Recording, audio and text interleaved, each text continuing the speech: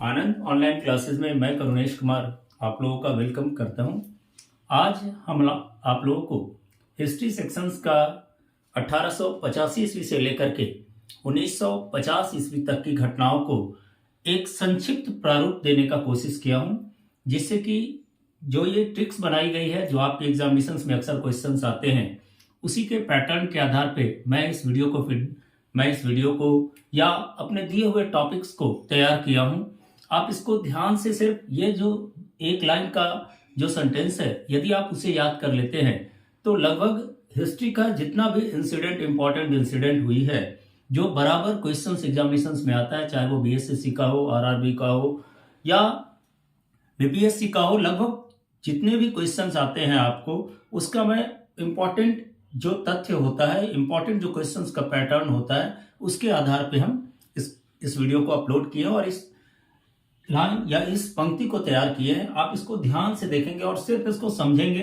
समझने के बाद आपको हिस्ट्री का जो 1885 ईस्वी से लेकर के 1950 ईस्वी तक की घटना का या जो भी इंपॉर्टेंट घटना हुए थे उसके बारे में इसमें पूरी तरह से आपको नॉलेज इसकी हो जाएगी। आज के बाद आप ये नहीं कहेंगे कि हमें हिस्ट्री में खास करके जो हमारा जो भारतीय स्वतंत्रता संग्राम का जो चला 1885 से 1950 तक का दौर, वो आप लोगों को बिल्कुल आज के बाद आप बिल्कुल मतलब पूरी तरह से किसी के सामने आप थोड़ी सी उसके डिस्कशंस भी कर सकते हैं। चलिए तो वीडियो की शुरुआत करते हैं। जैसे हम लोगों को पता है कि कांग्रेस की स्थापना 28 दिसंबर 1885 ईस्वी को एओ हुम के द्वारा किया गया था, जिसमें आपको कांग्रेस की स्थापना हुई थी। उस समय एक्चुअल में कांग्रेस की जो कांग्रेस पार्टी बनी थी, वो सिर्फ आपको जो अंग्रेजों के द्वारा या इंग्लिशमैन के द्वारा जो विरोध किया जाता था, यानी जो बातें गलत उनके द्वारा दी जाती थी, उनका सिर्फ विरोध करना काम था, ना कि हमें स्वतंत्रता की मांग करना। जो प्रारंभिक स्थिति थी भारतीय राष्ट्रीय कांग्रेस की, वो ये स्थिति थी। बाद में चलकर जैसा कि आप लोगों को पता ही होगा कि गांधी जी ने आजादी के ठीक बाद ही कांग्रेस पार्टी को लगभग उन्होंने समाप्त कर दिया था, क्योंकि उनका कहना था कि हमने कांग्रेस, भारतीय राष्ट्रीय कांग्रेस की स्थापना हुई थी, वह बाद में चलकर उसकी मेन जो थीम थी, कह दें या मेन मुद्दा था, वो भारत को आजाद करना था। और उसी आजादी को दौर को लेकर के और उसी आजादी की प्राप्ति होने के बाद उस पार्टी का कोई काम नहीं है, ये हमारे महात्मा गांधी जी का कहना था। महात्मा गांधी जी एक अच्छे राजनेता थे, एक अच्छे देशभक्त थे, एक अच्छे राष्ट्रभक्त थे, जिन्होंने ये तो जरूर कह सकते हैं कि सिर्फ एक तरफ से कह देना कि नहीं भाई एक खास व्यक्ति का योगदान था, लेकिन हाँ उनकी एक महत्वपूर्ण योगदान थी। आज जो लाइन है उसको आप ध्यान से एक बार सुन लें। जैसे इस लाइन को मैं तैयार किया हूं, पहला बात हमने कहा, कांग्रेस ने बंगाली मुस्लिम को रॉयल जिलेबी खिलाकर हंटर के सहयोग से चोरी का नमक खिलाकर गोल ब्लॉक में छोड़ा। ये आपको ये जो पूरी लाइन है, इस लाइन पे ही आपका पूरा हिस्ट्री का डेट या जो भी इंसिडेंट हुआ है वो क्लियर हो जाएगा। यहां पे जो सबसे पहले बात हम कहे वो बोले, क्या एक बार फिर से हमारी लाइन को सुन लेंगे? थोड़ा सा हर स्टेप में, हर वर्ड में एक उसकी एक मीनिंग है। जैसे पहला बोला गया, कांग्रेस ने बंगाली मुस्लिम को रॉयल जिलेबी खिलाकर हंटर के सहयोग से चोरी का नमक खिलाकर गोल ब्लॉक में छोड़ा। समझ रहे हैं बात को? इस लाइन को फिर से एक बार आप बार बार सिर्फ इस लाइन को ही याद करेंगे।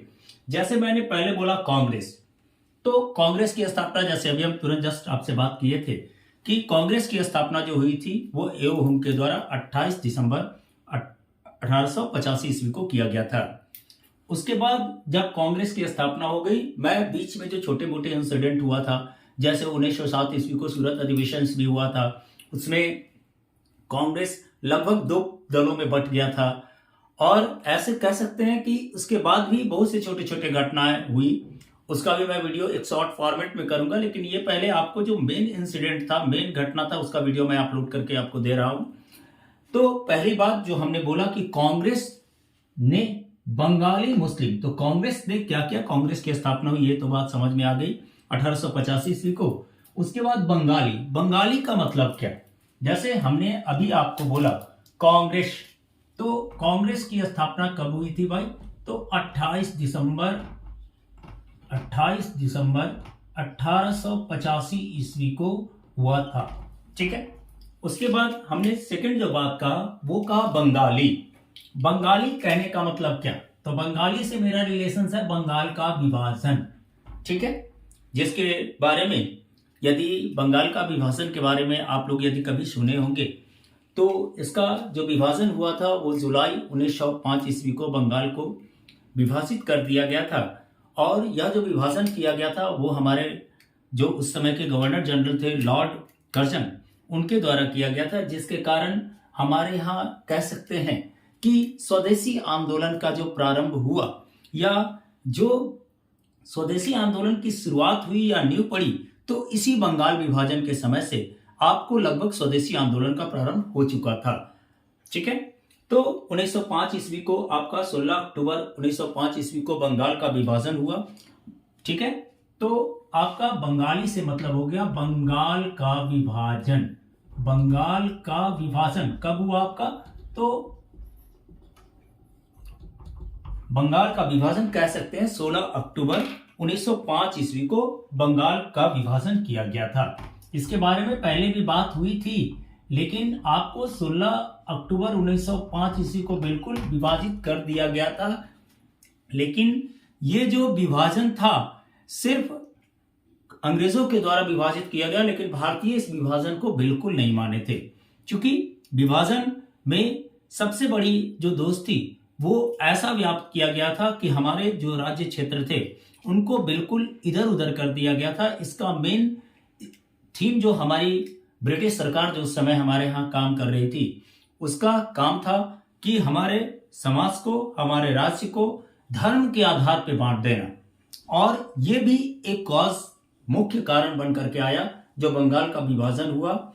और इसी के परिणाम स्वरूप आपको फिर बंगाल विभाजन के बाद कई स्वदेशी आंदोलन हुए, जिसके बारे में हम बात करेंगे। जैसे डेट वाइज हम बढ़ रहे हैं आपका बिल्कुल, क्योंकि उसके बाद कौन सा आंदोलन हुआ और क्या हुआ और उसमें क्या किया गया। तो एक बात जान लीजिएगा कि इस आंदोलन के बाद एक छोटा सा मतलब लोगों के बीच मनोवृत्ति आ गई कि अंग्रेज हमारे लिए अब नहीं है। लोगों को कम से कम उस समय समझ में आया, इसीलिए लगभग चाहे हिंदू वर्ग हो या मुस्लिम वर्ग हो, सब लोग एक साथ होकर के इस विभाजन को मतलब विरोध किए और कई तरह के स्वदेशी आंदोलन किए। सरकार ने अपनी एक हंटर कमेटी भी बनाई, उसके बारे में भी बात करेंगे, जो पहले बाद में बना था। उसके बाद आपका एक स्वदेशी आंदोलन हमारे यहाँ कई तरह का चला, जिसको लोगों के द्वारा मतलब कहते अंग्रेजों के द्वारा दबा दिया गया। और उसी समय हमारा यहाँ कह सकते हैं कि मुख्य रूप से हिंदू और मुस्लिम के बीच जो फ्रैक्शंस होती है उसकी भी उत्पत्ति की गई थी। और इसी के कारण 1906 ईस्वी को यहाँ पे देख रहे होंगे, पहली बात एक मैंने लिखा मुस्लिम, तो 1906 ईस्वी को मुस्लिम लीग की स्थापना हुई थी। समझ रहे हैं बात को? मुस्लिम लीग की स्थापना हुई। मुस्लिम लीग कब बना? तो ये 1906 ईस्वी को बना था मुस्लिम लीग, और ये 1906 ईस्वी को बनाया गया और मुस्लिम लीग की स्थापना हुई। और यही मुस्लिम लीग बाद में चलकर लगभग 1925 के लगभग में 1925 कह दें या 1935 में भी मांग उठी थी। 1935 के लमसम में इसने अपने अलग राज्य की स्थापना की थी, जो अलग राज्य का मांग किया था, जो अंत तक चलकर हमारा देश दो भाग में बढ़ चुका था।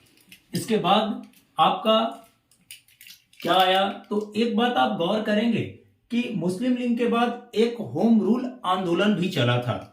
होम रूल आंदोलन गांधी जी के द्वारा 1916 ईस्वी में चलाई गई थी, या कह दें कि बाल गंगाधर तिलक एवं उसमें एनी बेसेंट मुख्य रूप से पार्टिसिपेट किए थे 1916 ईस्वी को। गांधी जी इस आंदोलन के मुख्य रूप से तो नहीं आए थे, लेकिन उनके सहायक के रूप में थोड़ी देर के लिए खड़े थे। लेकिन मेनली कह सकते हैं कि जो हमारा आपका होम रूल आंदोलन चला था वो बाल गंगाधर तिलक और एनी बेसेंट के द्वारा 1916 ईस्वी को चलाया गया था। और ये जो आंदोलन था, ये जो आपका होम रूल आंदोलन था, वो मेनली बाल गंगाधर तिलक, लेकिन बाद में चलकर बाल गंगाधर तिलक को दबा दिया गया था और ये आंदोलन का अंत हो गया था। उसके बाद आया रॉल। तो अब ये जो रॉल था वो क्या था? तो रॉल 19 मार्च 1919 ईस्वी को रॉलेट एक्ट आया था। ये रॉलेट एक्ट कानून पारित हुआ। अब ये क्या था उसके बारे में भी आपको हम बात कर दे रहे हैं। यानी अभी जो हम बात किया आपको 1900 कह सकते हैं कि मुस्लिम लीग की स्थापना के बाद 1919 ईस्वी को यानी 19 मार्च रॉलेट एक्ट जो पारित हुआ। अब ये रॉलेट एक्ट क्या था? आप लोग पहले भी थोड़ा बहुत इसके बारे में पढ़े होंगे। 19 मार्च 1919 ईस्वी को रॉलेट एक्ट आया था। ये एक्ट क्या था? तो इस एक्ट में हमारी जो ब्रिटिश सरकार थी उसने एक एक्ट बनाया जिसके तहत किसी भी व्यक्ति को 2 साल तक संदेह के आधार पर यदि गिरफ्तार किया जाता है तो उसे 2 वर्षों तक नजरबंद रख सकता है। इसके बारे में कोई भी किसी भी व्यक्ति से आप कंप्लेनर या कहीं भी कंप्लेन नहीं कर सकते हैं, या आपको यदि अरेस्ट की गई है तो कहीं भी इसकी जानकारी नहीं दी जा सकती है। बात समझ रहे हैं? तो रॉलेट एक्ट और रॉलेट एक्ट का ही बहुत सा उसका प्रभाव पड़ा, उसके बारे में भी आपको आगे के वीडियो में मैं अपलोड करूंगा। ये तो मैं आपको संक्षिप्त आपको दे रहा हूं, बिल्कुल शॉर्ट ट्रिक्स के माध्यम से, जिसको कि आपको याद करने में कोई कभी भी प्रॉब्लम नहीं रहेगा यदि आप इस एक लाइन के पंक्ति को याद करते हैं तो रॉलेट एक्ट आया था 19 मार्च 1919 ईस्वी को। यह एक काला कानून था और इसे ब्लैक लॉ भी कहा जाता है, क्योंकि इसमें किसी भी व्यक्ति को, आपको कोई भी व्यक्ति यदि हमारे उस समय ब्रिटिश जो सरकार थी यदि उसे शक हो जाता कि ये व्यक्ति हमारे कार्य प्रणाली में दोषपूर्ण व्यवस्था को कायम कर सकता है तो उसे वो गिरफ्तार करके आपको बिना सेशन ट्रायल चलाए जेल में रख सकते हैं। किसी भी आदमी को इसके बारे में या किसी भी व्यक्ति को जानकारी देना उचित नहीं था। उसके बाद आपको रॉलेट एक्ट हुआ। एक यहां पे देख रहे होंगे एक बात और आई, जिलेबी।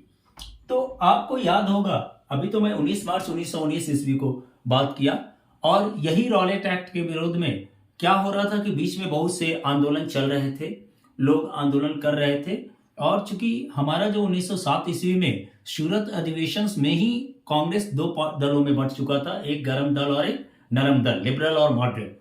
तो ये जो दोनों दल थे, उन दोनों दल के बीच में एक लड़ाई जो चल रही थी, दोनों दल जो मांग कर रहे थे, दोनों नरम दल और गर्म दल जो चल रहे थे, इस बीच में रॉलेट एक्ट के लिए नरम दल तो ठीक है अपने सत्याग्रह या अपने आंदोलन को अब सत्य के मार्ग पे चल के व्यतीत कर रहे थे, लेकिन कुछ जो आंदोलनकारी जो हमारे यहाँ गर्म दल के थे उन्होंने कई तरह का आंदोलन छेड़ दिया था, जिसका प्रभाव हमारा एक बहुत ही दुष्परिणाम पड़ा। हमारे देश के निवासियों पे, हमारे देश के जितने भी निवासी थे उनका एक बहुत बड़ा दुष्परिणाम नजर आया। वो आया जलियांवाला बाग हत्याकांड के फॉर्म में।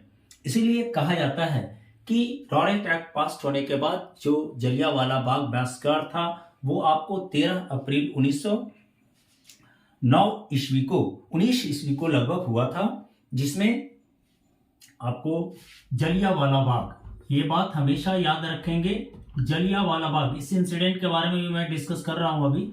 जलियांवाला बाग 13 अप्रैल 1919 को। अब इसमें क्या हुआ था? 13 अप्रैल 1919 ईस्वी को जलियांवाला बाग आया, इसमें आखिर क्या हुआ? तो देखिए, जलियांवाला बाग आंदोलन में क्या हो रहा था कि इस समय जो अप्रैल का महीना होता है उसको हम लोग कहते हैं कि बैसाखी का महीना था। ठीक है, बैसाख के, अप्रैल को हिंदी में कहा जाता है बैसाख, बैसाख का महीना था। और आप लोग अक्सर देखे होंगे कि जो 1919 जो आपको उस समय जो आंदोलनकारी थे वो तो आंदोलन करते थे लेकिन प्रत्यक्ष रूप से सामने नहीं आते थे। और इसकी गलती जो हुई, एक आपको बहुत बड़ा भुगतना जो पड़ा वो निर्दोषों को पड़ा। क्या हुआ था कि बैसाखी पूर्णिमा के दिन आपको अमृतसर में के बगल में लोग क्या कर रहे थे कि बैसाखी पूर्णिमा मनाने गए थे और वहां से बैसाखी पूर्णिमा मना करके लोग आराम करने के मकसद से जलियांवाला बाग जो अमृतसर में स्थित है वहां पर जमा हुए। कुछ लोगों के द्वारा या हमारा जो एक डॉक्टर सतपाल नाम का व्यक्ति था, वो गलती से जाकर आपको जो उस समय का वहाँ का आईपीएस अमृतसर का था जनरल ओडायर, उसे कह दिया कि वहाँ पे आंदोलनकारी लोग जमा हुए हैं। और चूंकि इंग्लिशमैन का थीम ही था कि आंदोलन को दबाना है, और इसी मकसद से जनरल ओडायर आए, और ओडायर आते ही उन्होंने पूरे जो खास करके बाग की कंस्ट्रक्शंस की बात करूंगा तो बाग जो था, बगीचा, वो क्या था, चारों ओर से लॉक था और सिर्फ एक ही इंट्रेंस थी या आउट इंट्रेंस कह दें, जिससे लोग आ जा सकते थे, उसको उन्होंने लॉक कर दिया। और इसमें अंधाधुन जो आए हुए सन्यासी लोग थे या जो पूजा करने के मकसद से आए थे या जो बैसाखी पूर्णिमा का त्योहार मनाने आए थे, उन पे अंधाधुन फायरिंग कर दिया, जिसमें ऐसे तो गवर्नमेंट कही थी कि 350 लोगों की मृत्यु हुई थी, लेकिन इस जलियांवाला बाग मैसेकर में कई तरह के, मतलब कह सकते हैं कि हजारों हिंदुओं की मृत्यु हुई थी। कुछ लोग वहां एक कुआं था, उसमें जाकर डूब मरे थे, चूंकि भागने की इंटरेस्ट नहीं थी। कुछ लोग भाग दौड़ में मरे, यानी कुल मिलाकर के आपको लगभग 1000 व्यक्तियों की मृत्यु हुई थी। तो ये हुआ हमारा जलियांवाला बाग हत्याकांड। उसके बाद हमारे जो मुस्लिम लीग तो 2 भाग में बट ही चुका था, इस बीच में एक और आंदोलन हुआ, देखे होंगे, खिलाकर। तो खिलाकर कहने का मतलब एक आंदोलन हुआ था, खिलाफत आंदोलन। अब ये किन के बीच था? तो खिलाफत आंदोलन जो दो भाई थे उनके द्वारा ये चलाया गया था। खिलाफत आंदोलन शौकत अली और अली भाई के द्वारा, यानी कह सकते हैं कि शौकत अली और अली भाई के द्वारा आपको जलियांवाला बाग मैसेकर के विरोध में ही 1919 ईस्वी को, कौन थे?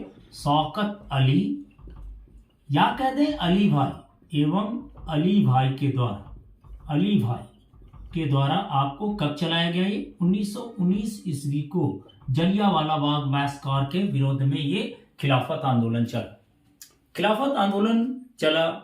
ऐसे जलियांवाला बाग मैसेकर हुआ, आपका हिंदू वर्ग या मुस्लिम वर्ग इसका विरोध किया, और मुस्लिम वर्ग ने जो विरोध किया, या कहते मुस्लिम लीग का ही एक फैक्ट था कि खिलाफत आंदोलन शौकत अली के द्वारा और अली भाई के द्वारा 1919 ईस्वी को चलाया गया। और जो हमारी जो गवर्नमेंट थी उस समय, हमारे जो भारतीय थे वो मांग कर रहे थे कि भाई आखिर जांच हो कि जलियांवाला बाग मैसेकर हुआ उसमें किनकी हाथ थी और किनकी गलती थी। इसके लिए अंग्रेजों ने, जैसे होता है किसी घटना की लिपापोती करनी है, तो लिपापोती करने के लिए हंटर आयोग का गठन किया गया। ठीक है, किसकी गठन की गई? तो हंटर आयोग की गठन की गई। अब ये हंटर आयोग का गठन 1920 ईस्वी में हुआ, जिसमें कहा गया, गांधी जी ने कहा, हंटर आयोग जो आया वो आया आपको 1920 ईस्वी को, जिसमें गांधी जी ने कहा कि ये सिर्फ हम लोगों को बरगलाने की ही है, यानी मूर्ख बनाने के लिए आयोग बना दिया गया, और पूरी घटना को अब लिपापोती कर दी जाएगी। क्योंकि इसमें पहले तो जो आए थे वो सब हंटर आयोग में जो भी कमेटी में बने थे, कमीशंस में जो भी मेंबर बने थे, वो सब सब इंग्लिशमैन थे। लेकिन बाद में चलकर जब हमारे यहाँ आंदोलन हुआ, कई छोटे छोटे आंदोलन किए, कई मांग किए, तो जाकर के इस हंटर आयोग में दो हिंदू वर्ग के, या कहते 2 इंडियंस को भी शामिल किया गया था। अब जब ये रिपोर्ट प्रस्तुत किया तो यानी एक तरह का लिपापोती ही था। 2 जो आए उन्होंने अपनी आवाज भी उठाई, तो 3-2 के रेशियो से उसको पारित कर दिया गया था। इसके बाद आपने देखा होगा हंटर के सहयोग से, ये बहुत इंपॉर्टेंट जनरली आता है, सहयोग आंदोलन, असहयोग आंदोलन। ठीक है, सहयोग का मीन असहयोग आंदोलन कब आया ये? तो गांधी जी ने चलाया इसको 1920 ईस्वी को। असहयोग आंदोलन गांधी जी के द्वारा चलाया गया 1920 ईस्वी को। इसमें कौन थे? तो गांधी जी के द्वारा ये चलाया गया।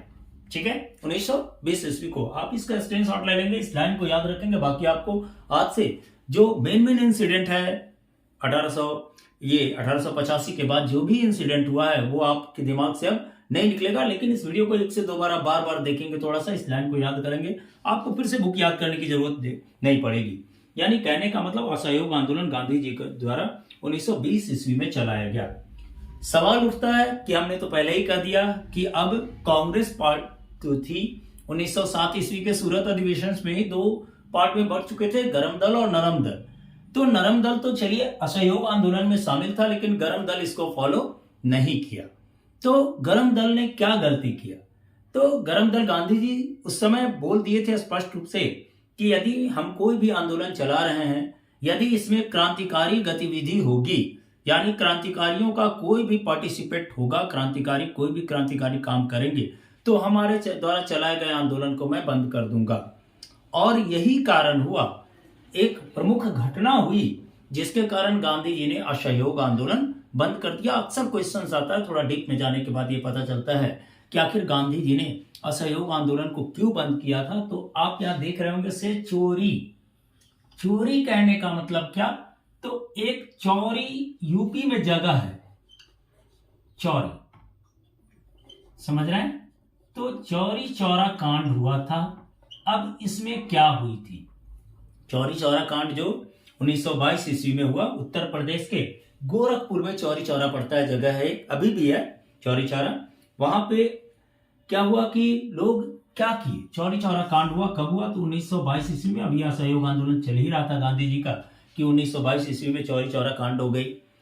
गांधी जी ने चौरी चौरा कांड में क्या हुआ, तो आप चौरी चौरा उत्तर प्रदेश में एक जगह हुआ, वहां जाकर के पुलिस मैन को, हमारे जो क्रांतिकारी लोग थे वो थाने में घुस करके वहां के जो पहले कोतवाल होते थे उनको जान मार दिया। उसके बाद लगभग 20 पुलिस पदाधिकारियों को जान मार दिया गया था और पूरे थाने में आग लगा दी गई थी, जिसके कारण गांधी जी ने कहा कि मैं इस तरह के गतिविधि को फॉलो नहीं करता हूं, हमारा सत्याग्रह इस तरह का नहीं था, मेरा आंदोलन जो था ये नहीं था। इसलिए उन्होंने असहयोग आंदोलन को 1922 ईस्वी के बाद, चौरी चौरा कांड के बाद ही उन्होंने असहयोग आंदोलन को बंद कर दिया। अब गांधी जी, देखिए कहने का मतलब, लोग तो कहते हैं कि गांधी जी आंदोलन में जो थे वो भारत आने के बाद आंदोलन में शामिल हुए, लेकिन सत्य बात है कि गांधी जी यहां से पढ़ने, जो आपको मुंबई के रास्ते होते हुए वो बैरिस्ट्री की पढ़ाई पढ़ने इंग्लैंड 1893 ईस्वी को गए थे। और वहां पे जब उन्होंने बैरिस्ट्री की पढ़ाई कर ली तो सबसे पहले आपको 1896 ईस्वी को दक्षिण अफ्रीका में एक हिंदू वर्ग, एक मतलब कह सकते हैं कि हिंदुस्तानी भारतीय वर्ग का ही थे, जिनकी पैरवी करने के लिए वो कहाँ गए थे। तो 1896 ईस्वी को उन्होंने कहाँ कदम रखा था, तो वहां पे रखा था एक, आपको पैरवी करने गए थे किसकी, 1896 ईस्वी को। वहीं पे उन्होंने देखा कि बहुत हिंदुओं के साथ, या कहते हैं हिंदुस्तानियों के साथ, जो भारतीय थे उनके साथ बहुत बुरा प्रभाव किया जा रहा था, जिसके लिए उन्होंने 1896 ईस्वी को वहां पे उनकी केस की पैरवी की। उसके बाद 1896 ईस्वी को ही उन्होंने एक नडाल कांग्रेस की स्थापना की थी। नडाल कांग्रेस की स्थापना करने के बाद वो वहां पे एक तरह का, जो कांग्रेस का स्थापना हुआ वो एक तरह का कमेटी का नाम था, और वो कमेटी के जैसा फॉर्म हुआ था। उसकी आजादी या कोई अदर थीम नहीं थी, जो उन्होंने स्थापित किया था नडाल कांग्रेस को। उसके बाद फिर वो दक्षिण अफ्रीका फिर गए थे केस की पैरवी में, और उसी केस की पैरवी में जा रहे थे तो उन्हें क्या किया गया था, ट्रेन से धक्का दे दिया गया था, जिसके कारण उन्हें थोड़ी सी ये महसूस हुई कि नहीं, हमारे देश में या हमारे देश की स्थिति जो है वो इस तरह, इससे भी बदतर होगी। जब दक्षिण अफ्रीका में ऐसी स्थिति है तो वहां कैसी होगी। और इसी भावना के साथ उन्होंने आपको 1915 ईस्वी को भारत आए थे और कई छोटे छोटे आंदोलन किए, जिसका सहयोग आंदोलन आते ही सत्याग्रह उन्होंने चलाया। लेकिन एक जो सबसे बड़ी इंसिडेंट आई वो आया कि ब्रिटिश गवर्नमेंट का थीम ही था सिर्फ टैक्स को कमाना, और टैक्स कमाना, यहाँ के लोगों का शोषण करना, और उसी का एक इफेक्ट बीच में उन्होंने एक ब्रेक थ्रू दे दिया, जो कह सकते हैं कि ये ब्रेक थ्रू आजादी के रास्ते को भी कायम कराया। उन्होंने नमक पे भी टैक्स लगा दिया, यानी जब नमक पे टैक्स लगाया गया तो इसका विरोध पूरे भारतीय करने लगे, कहने लगे कि हमारे यहाँ का तैयार नमक, हमारे ही पानी से तैयार नमक को हमारा देश जो है वो टैक्सिंग करेगा, यानी हमारा जो ब्रिटिश गवर्नमेंट है हमसे टैक्स लेगी। इसका विरोध जब लोगों ने किया तो गांधी जी ने बढ़ चढ़ कर एक आंदोलन चलाया, जो आंदोलन क्या हुआ, नमक बनाने के लिए उन्होंने 1930 ईस्वी में नमक के विषय में एक आंदोलन को पारित किया, कह सकते हैं, जिसको हम लोग कहते हैं नमक सत्याग्रह, ठीक है, या सॉल्ट रिवॉल्यूशंस भी मिला होगा कहीं कहीं। तो नमक सत्याग्रह चलाया गया गांधी जी के द्वारा। अब ये नमक सत्याग्रह देख रहे होंगे, नमक खिलाकर, तो नमक सत्याग्रह 1900। अब इस नमक सत्याग्रह में गांधी जी क्या किए, तो लगभग 1930 ईस्वी के प्रारंभ में ही हुआ था नमक सत्याग्रह। इस नमक सत्याग्रह में गांधी जी साबरमती आश्रम से दांडी की यात्रा की। लगभग 78 उनके फॉलोअर्स थे और 10 दिनों तक लगभग उन्होंने यात्रा किया और लगभग 236 किलोमीटर की यात्रा तय करके वो दांडी पहुंचे थे और वहां पे नमक बना करके उन्होंने नमक कानून को तोड़ दिया कि मैं नमक पे टैक्स नहीं दूंगा। और इसी का जो फॉर्म आया वो एक आया सविनय अवज्ञा आंदोलन। समझ रहे हैं, सविनय अवज्ञा आंदोलन। एक आपका सविनय अवज्ञा आंदोलन के बारे में भी मैं बात कर दे रहा हूं आपको कि सविनय खिलाकर सविनय अवज्ञा आंदोलन, ये भी बहुत इंपॉर्टेंट है। सविनय अवज्ञा आंदोलन ये कब हुआ, तो 1930 ईस्वी के मध्य में। समझ रहे हैं बात को, 1930 ईस्वी के मध्य में, यानी 6 अप्रैल 1930 ईस्वी को आपका सविनय अवज्ञा आंदोलन की प्रारंभ हुई। ठीक है, इसमें सविनय अवज्ञा आंदोलन की शुरुआत की गई। यह आंदोलन अच्छी तरह से चला। यानी कहने का मतलब, कभी कभी ये आता है क्वेश्चन अक्सर कि असहयोग आंदोलन सविनय अवज्ञा आंदोलन का फॉर्म कैसे ले लिया। तो एक बात अपने दिमाग में आप इस बात को हमेशा बैठा लीजिएगा कि जो आपका ये आंदोलन था, जो असहयोग आंदोलन था, वो एक थीम के साथ चली थी कि हमें आजादी दो और हमारी बात को सुनो। और सविनय अवज्ञा आंदोलन जो था वो आंदोलन था एक तरह से रिस्पेक्टेबल मैनर से गवर्नमेंट को बताना कि अब हमें आजाद कर दीजिए, हम अपने कदमों पे चलना चाहते हैं। दूसरी बात, उसके बाद आप देखे होंगे गोल ब्लॉक खिलाकर। तो यहाँ पे एक दो बात बहुत इंपॉर्टेंट है, ये अक्सर इससे क्वेश्चन आता है आपको एग्जाम में, आप ध्यान दीजिएगा। गोल कहने का मतलब गोलमेज सम्मेलन, ठीक है, गोलमेज सम्मेलन। अब गोलमेज सम्मेलन, अभी तक कितना सम्मेलन हुआ है भाई, तो हुआ था 3 सम्मेलन। ठीक है, किसको, तो सेक्वेंसली ईयर को हुआ था। गोलमेज सम्मेलन जो हुआ वो लंदन में ही हुई थी, उसमें सेक्वेंसली 3 आपका चला था 1930 को, यानी 1930 ईस्वी को, 1931 ईस्वी को और 1932 ईस्वी को, 1932 को। कहने का मतलब प्रथम गोलमेज सम्मेलन 1930 ईस्वी को हुआ था, जिसमें कह सकते हैं कि यह लंदन में हुआ और इसमें आपको गांधी जी ने भाग नहीं लिया था। ठीक है, जवाहरलाल नेहरू इसमें गए थे। उसके बाद थर्ड टेबल कॉन्फ्रेंस जो हुआ, सेकंड जो हुआ 1931 को हुआ, जिसमें गांधी जी ने भाग लिया। इसमें आपको गांधी जी ने भाग लिया था और 1932 में गांधी जी ने भाग नहीं लिया था, इसमें आपको हमारे जवाहरलाल नेहरू जी ही भाग लेने गए थे। अक्सर क्वेश्चन ये आता है कि गांधी जी किस गोलमेज सम्मेलन में आपको शामिल होने गए थे, तो गांधी जी 1931 के द्वितीय गोलमेज सम्मेलन सेकेंड टेबल कॉन्फ्रेंस में पार्टिसिपेट करने गए थे। चलिए, उसके बाद हो गया ब्लॉक। तो ब्लॉक क्या हुआ, तो अब आपको याद होगा, थोड़ा क्रांतिकारी वर्ग में जाइए, जिनको कह सकते हैं कि हम लोग तो भूलते जा ही रहे हैं, हमारा तो लगभग कह सकते हैं कि हमारी गवर्नमेंट भी लगभग भूल चुकी है, हम लोग भी भूल रहे हैं। सुभाष चंद्र बोस का नाम, सुभाष चंद्र बोस, जिन्होंने 1939 को एक फॉरवर्ड ब्लॉक बनाई थी।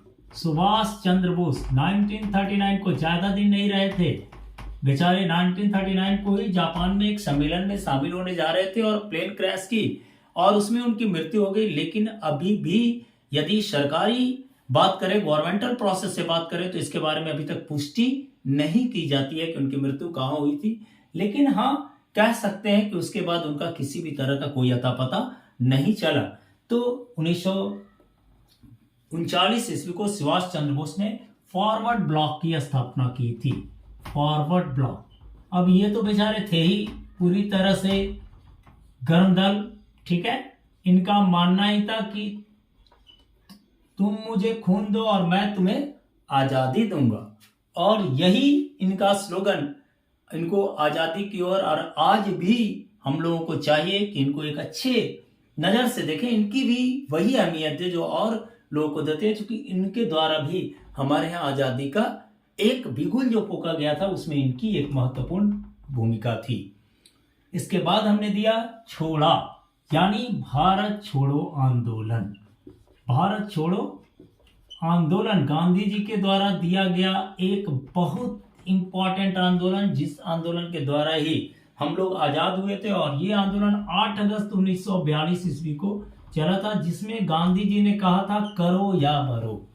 इसमें स्लोगन इसी आंदोलन में गांधी जी के द्वारा कहा गया था करो या मरो। अब आप अंदाजा लगा सकते हैं कि करो या मरो कहा जाता है कि गांधी जी अहिंसावादी थे, तो अंत में चल के ये कहा जा सकता है पूरे इतिहास पढ़ने के बाद, यदि आप गांधी जी के जीवनी को ध्यान से देखेंगे तो अंत में ये पता चलता है कि गांधी जी के भी मन में ये बात आ गई थी कि बिना क्रांतिकारी विधि किए हुए हम आजादी को प्राप्त नहीं कर सकते हैं। हाँ ठीक है, क्रांतिकारी विधि का मतलब ये नहीं कि सिर्फ आपको क्रांतिकारी रिवॉल्यूशन ही करना, उस तथ्य के आधार पर चलना और उसको अच्छी तरह से एक क्रांति का एक अलग प्रारूप दे करके करना। और यही जो स्लोगन है, ये जो उन्होंने नारा दिया करो या मरो, ये एक बहुत बड़ा विचारधारा देता है कि क्या गांधी जी पूर्णतः अंत तक अहिंसावादी ही बने हुए थे या थोड़ी सी उनमें कुछ परिवर्तन आई थी। लेकिन इतिहासकार का मानना है कि वो पूर्णतः अहिंसावादी ही थे, या उनको कह सकते हैं कि अहिंसा ही की पुजारी थे। आप लोग को एक बात बता देते हैं, इस बीच में कई और छोटी छोटी घटनाएं हुई हैं जिसके बारे में मैं शॉर्ट फॉर्म में अभी शॉर्ट वीडियो आपको दे रहा था, इसलिए मैं उसको नहीं किया हूं, लेकिन मैं फिर उसको भी ट्रिक्स में ला करके आपको समझाऊंगा। आप मेरे वीडियो को ये देखेंगे, अब हमारी वीडियो बराबर आपके पास आप तक पहुंचती रहेगी। और आप लोगों को ये खास करके बताते रहे हैं कि अभी जो हमारी जो खास करके, चूंकि मैं बिहार राज्य से आता हूं और आमतौर पे देख रहा हूं कि बिहार सरकार खास करके कई तरह की पदों की बहाली निकाल रही है, तो हमारा एक विचारधारा ये होगा कि हमारे जो भी पढ़ने वाले स्टूडेंट हैं उन्हें ध्यान से प्रिपरेशंस करना चाहिए, क्योंकि अभी यदि नौकरी नहीं हुई, यानी अभी नहीं तो कभी नहीं, ये प्रोसेस आप बिल्कुल याद कर लेंगे। क्योंकि अब जो सीजन चल रहा है, यदि ये सीजन आपके हाथ से चला तो फिर लौट कर नहीं आने वाला है ये बात। और हिस्ट्री एक महत्वपूर्ण एक इंपॉर्टेंट फैक्ट रखता है किसी भी एग्जामिनेशन में, इसलिए उसको भी स्ट्रांग करना ये आपका सबसे बड़ा काम है। लोग क्या करते हैं, लूसेंट से पढ़ लिया और सोचते हैं कि चलो भाई सब कॉम्पिटिशन्स की तैयारी हो गई, हमारी पीटी निकल जाएगी, मेंस निकल जाएगा, लेकिन ऐसा बात होता नहीं है। हाँ, लूसेंट या अदर टाइप का कोई भी बुक को आप पढ़ रहे हैं, छोटे मोटे आमतौर पे जो ऑब्जेक्टिव क्वेश्चंस वाले बुक को आप पढ़ रहे हैं, तो उसमें कोई खराबी नहीं है, आप पढ़ें। लेकिन हाँ, आप ऐसा भी बुक को पढ़ें, जैसे आमतौर पे मैं एक पर्टिकुलर एक खास बुक को ही नहीं बता रहा था, मेरा बताना मकसद था कि जो ऑब्जेक्टिव क्वेश्चंस आप लोग पढ़ते हैं उस ऑब्जेक्टिव क्वेश्चन से ही सिर्फ नहीं होगा, आप सब्जेक्टिव की भी तैयारी करें, चाहे वो किसी प्रकाशन का हो। लूसेंट का ही आता है, आपको सब्जेक्टिव जो आती है लूसेंट की बुक उसको लें, या अदर पब्लिशर्स का भी बुक लें, चाहे आप सामान्य ज्ञान दर्पण का एडिटर ये एक्स्ट्रा जियो आती है सो लें, लेकिन उसको प्रिपरेशंस में आप ध्यान से उसको थोड़ा सा डीपली नॉलेज लेके पढ़ाई जरूर करें। हाँ, हमारे ये वीडियो आपको पढ़ने में, उस समय पढ़ने जब बैठेंगे तो हमारा ये दिया गया ट्रिक्स जो है वो आपको बहुत ज्यादा काम करेगा, और ये एग्जामिनेशन पर्पज से बहुत इंपॉर्टेंट है। चलिए, आशा करेंगे कि हमारा ये वीडियो आपको बहुत अच्छा लगा होगा। आप सिर्फ इस लाइन को याद कर लेंगे। फिर से एक बार रिकैप करता हूं, कांग्रेस ने बंगाली मुस्लिम को रॉल जिलेबी खिलाकर हंटर के सहयोग से चोरी का नमक खिलाकर गोल ब्लॉक में छोड़ा। ठीक है, तो बंगाल का विभाजन, मुस्लिम, यानी ये हो गया आपका कांग्रेस, ठीक है, बंगाली, समझ रहे हैं।